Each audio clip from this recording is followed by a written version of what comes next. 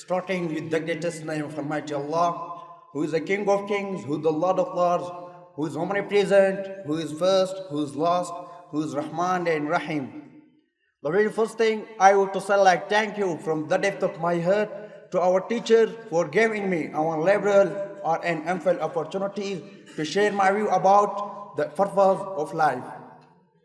Allah Almighty is saying in Holy Quran, وَمَا خَلَقْتُ الْجِنَّ وَالْإِنسَ إِلَّا لِيَعْبُدُونَ. Sadaqallahu alayhi azim. In Islam, understanding the purpose of life is very important.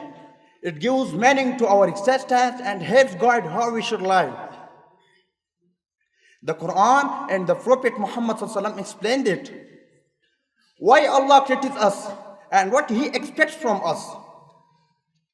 You know, the main purpose of life in Islam is to worship Allah.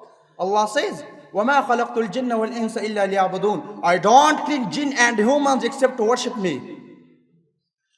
And worshipping of Allah is not just about praying or fasting. It includes everything we do with sincerity, like helping others, being honest and learning.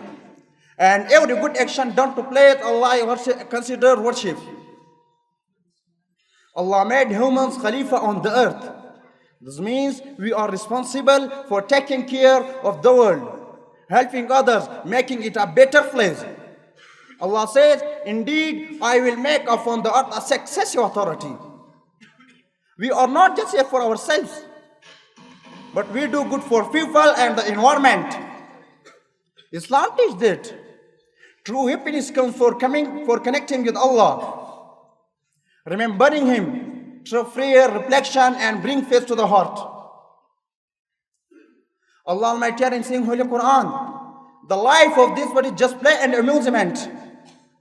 The hereafter is better for those who are mindful of Allah. You know, in Islam, the line of life is very simple, clear, and logical. The first life, death, then the day of judgment, and then the second life. With this clear line of life, a Muslim has a clear purpose in life. A Muslim knows that he has been created by Allah. He also knows that he is going to spend some year in this first life, because Allah will question him and hold him responsible for public and private deeds, because Allah knows all that of everyone. It's the last I want to say. The people who want success in life, first of all, determine their life.